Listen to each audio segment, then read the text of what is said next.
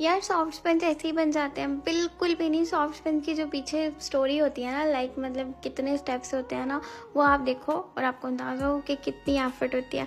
तो ये जो एग वाइट होता है ये सेपरेट बीट होता है, फिर उसको सेपरेट कर देते हैं। फिर उसके बाद जो इसके एग यॉक होती है इसको अलग से बीट करना होता है, और उसके बाद दोबारा से एग वाइट को इसमें डालना होता है, फिर मिक्स करना होता है। फिर उसके बाद इसे मैदे वगैरह में मिक्स करना होता है, फिर फ्लेवर डालना होता है।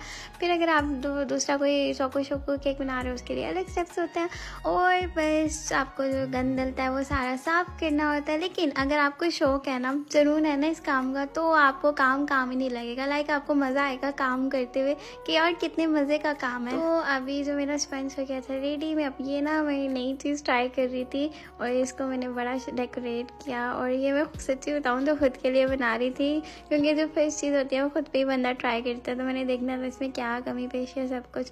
तो ये काफ़ी अच्छा बन गया था, और मैंने टेस्ट भी किया था, और मैंने फैमिली के लिए भी रखा हुआ है, उनको टेस्ट करवाऊंगी।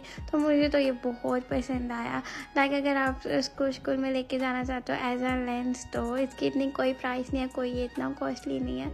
तो ये मैं सेपरेट क्रीम्स कर रही थी, कलर्स कर रही थी, और मुझे अब केक डेकोरेट करना था। स्पंज मेरे बेक हो चुके थे, तो अब केक भी आ गया था, और ये था जी बंटू लार्ज केक, और इसको मैं डेकोरेट कर रही थी। हैप्पी एनिवर्सरी उन्होंने मेंशन करवाया था केक पे, और मैंने मेंशन कर दिया। ये थी इस केक की फाइनल लुक। अब मुझे इनके साथ ना ब्राउनीज भी डेकोरेट करनी थी, और उन्होंने मुझे बता दिया था कि आपने ऐसे ऐसे लिखना है, और बस सारा कुछ कर दिया था। वैसे मुझे ये डील पसंद आई थी कि आप ऐसे केक बनाओ और साथ ब्राउनीज पे मेंशन करवाओ कितने साल हो गए आपकी शादी को, सारा कुछ ये वो।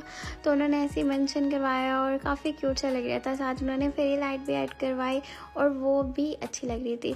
और ठीक है, बेंटू केक होता है, बंटू केक नहीं होता। इतने लोगों ने मुझे बात बताई है, लेकिन मेरे ना सच्ची बताऊँ मुझे ना ये मतलब याद ही हो गया कि ये बंटू बंटू करके ना, ठीक है बेंटू केक है, ठीक है जो भी है। तो ये हो गया था डन। और ये डोनट्स वाली ये सारी एक डील जा रही थी, और ये स्कूल लेके जानी थी किसी ने, तो उसके लिए डेकोरेट करी थी मैंने कि स्कूल में सबको पूरा हो जाए। तो ये अब मैं पबजी थीम केक बना रही थी, और ये भी काफ़ी प्यारा लग रहा था, तो पबजी थीम में ही आ रहा था।